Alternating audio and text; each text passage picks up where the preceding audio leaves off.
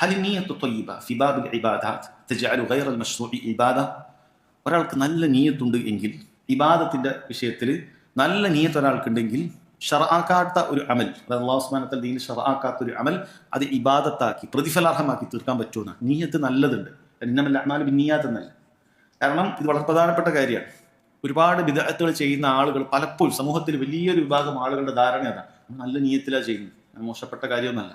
നല്ല ഇന്നമൽ അഅ്മാലു ബിന്നിയാത്ത് എന്നല്ല ഈ ഹദീസിന്റെ അരഭാഗമൊക്കെ പഠിക്കുകയൊക്കെ ചെയ്യും ആൾക്കാർ.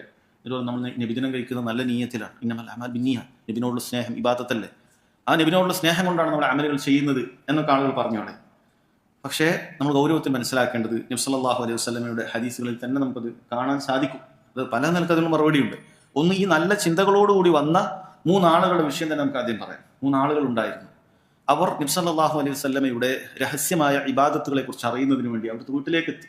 അവിടുത്തെ ഭാര്യമാരിൽ ചിലരോട് നബി സല്ലല്ലാഹു അലൈഹി വസല്ലമയുടെ ഇബാദത്തിനെ കുറിച്ച് ചോദിക്കുകയും ഉണ്ടായി. പക്ഷേ അവർ വീട്ടിലെത്തി കാര്യങ്ങളൊക്കെ ചോദിച്ചപ്പോൾ ഫകഅന്നഹും തഖാലൂഹ, അവർക്കത് കുറവാണെന്ന് തോന്നി. അത് വലിയ നമ്മൾ വിചാരിച്ച പോലെ ഒന്നും ഇല്ലല്ലോ. അവർ വിചാരിച്ചു നബി സല്ലല്ലാഹു വീട്ടിൽ ഒരുപാട് ഭയങ്കരമായ ഇബാദത്തുകളായിരിക്കും എന്നൊക്കെ അവർ ധരിച്ചു. പക്ഷെ നോക്കിയപ്പോൾ അങ്ങനെ ഒരുപാട് ഇബാദത്തൊന്നും അങ്ങനെ ഇല്ലല്ലോ എന്ന് വിചാരിച്ചു. അപ്പോൾ അവരിൽ ഒരാൾ പറഞ്ഞു, അമ്മ അനഫ അഖൂമു വല അർഖത്ത്. നബി സല്ലല്ലാഹു അലൈഹി വസല്ലമയെ കുറിച്ച് അവർ ആദ്യം ഒരു കാര്യം പറയുകയും ചെയ്തു. അവിടത്തേക്ക് കഴിഞ്ഞതും വരാനിരിക്കുന്നതുമായ പാപങ്ങളൊക്കെ പുറത്തു കൊടുത്താണ്. അവിടെ ചിലപ്പോൾ അത്ര മതിയായിരിക്കും, നമ്മൾ അങ്ങനെ അല്ലല്ലോ. അതുകൊണ്ട് ഒരാൾ പറഞ്ഞു, ഞാൻ എന്നാൽ അങ്ങനെ ആയിരിക്കില്ല, അന അഖൂമു വല അർഖത്ത്, രാത്രിന് എപ്പോഴും ഞാൻ ഫുള്ള് നിസ്കരിക്കും, പകലെങ്ങനെ ഉറങ്ങുള്ളൂ, രാത്രി മുഴുവൻ നിസ്കരിക്കും, ഉറങ്ങുകയില്ല എന്ന് പറഞ്ഞു. മറ്റേ ആൾ പറഞ്ഞു, അമ്മ അന അസൂമു വല അഫ്തർ, ഞാൻ പകൽ എല്ലാ ദിവസവും നോമ്പെടുക്കും, സുന്നത്ത് നോമ്പെടുക്കും, ഒരിക്കലും നോമ്പ് ഒഴിവാക്കൂല എന്ന് പറഞ്ഞു. മൂന്നാമത്തെ ആൾ പറഞ്ഞു, അമ്മ അന ഫല അത്സവജു നിസ്സാ, ഞാൻ നിക്കാഹ് കഴിക്കുന്നില്ല, കാരണം കല്യാണം കഴിച്ചാലാണ് ഒരുപാട് ശുഗലുകൾ, തിരക്കുകൾ, അതുമായി ബന്ധപ്പെട്ട് ഇബാദത്തിന് തടസ്സമൊക്കെ ഉണ്ടാകും. അപ്പോൾ ഞാൻ കല്യാണം കഴിക്കുന്നില്ല, വേറൊന്നും ഉദ്ദേശിച്ചിട്ടൊന്നുമല്ല. ഈ 3 ആളുകളുടെ ഉദ്ദേശം നിങ്ങൾ ശരിക്കും നോക്കണം. നല്ല ഉദ്ദേശം, നല്ല നിയ്യത്താണ്. എന്താണ് അവരുടെ നിയ്യത്ത്? അള്ളാഹുലേക്ക് അടുക്കണം. വേറെ എന്തെങ്കിലും ഉദ്ദേശമുണ്ടോ? ഭൗതികമായ ഒരു ഉപകാരം കിട്ടാനൊന്നുമല്ല. അവർ ഉറങ്ങാതിരിക്കുന്നത് ഫുട്ബോൾ കളി കാണാനല്ല. അവർ നോമ്പെടുക്കുന്നത് അവരുടെ ഡയറ്റിന്റെ കാര്യം പറഞ്ഞിട്ടല്ല, അല്ലെങ്കിൽ വിവാഹം കഴിക്കാതിരിക്കുന്നത് അവർക്ക് ഒറ്റക്കടിച്ചു പൊളിച്ച് ജീവിക്കാനല്ല. 3 ആളുകളും ഈ കാര്യം ചെയ്തത് അള്ളാഹുലേക്ക് അടുക്കണം, കൂടുതൽ ഇബാദത്തുകൾ അത് ശക്തമാക്കണം എന്ന് നല്ല നിയ്യത്താണ്.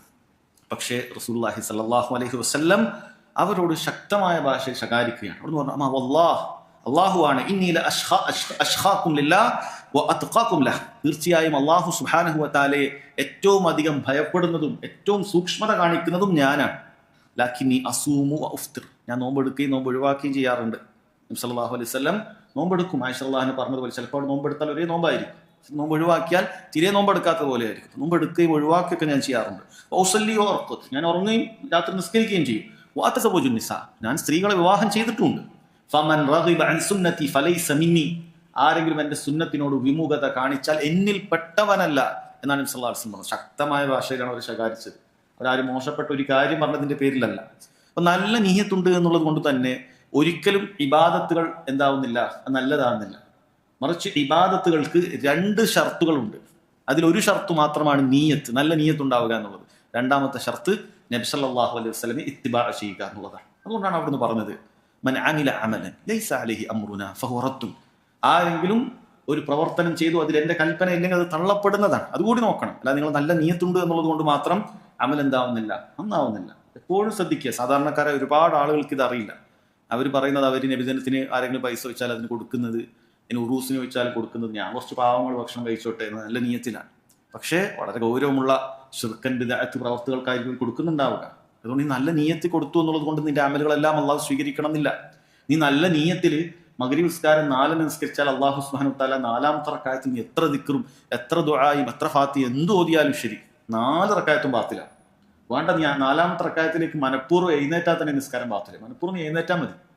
അവിടെ തശഹുദിന് ഇരിക്കുന്നതിന് പകരം മനഃപൂർവ്വം, ഓർമ്മയില്ലാതല്ല, മനഃപൂർവ്വം ഒരാൾ എഴുന്നേറ്റ് നിന്നാൽ തന്നെ നിസ്കാരം ബാത്തിലായി. പിന്നെയാണ് ബാക്കി പൂർത്തിയാക്കേണ്ട ആവശ്യം പോലും ഇല്ല. കാരണം മനഃപൂർവ്വം സിയാദത്ത് കൊണ്ടുവന്ന് നിസ്കാരം ബാത്തിലായി, അത് തള്ളിപ്പോകുന്നതാണ്. അത് എത്ര നല്ല നിയ്യത്തുണ്ടായാലും ശരി, നീ സൽക്കർമ്മങ്ങൾ ചെയ്യണമെങ്കിൽ ഇത്തിബാഉ കൂടി വേണം എന്നുള്ളത് വളരെ ഗൗരവമുള്ള കാര്യമാണ്.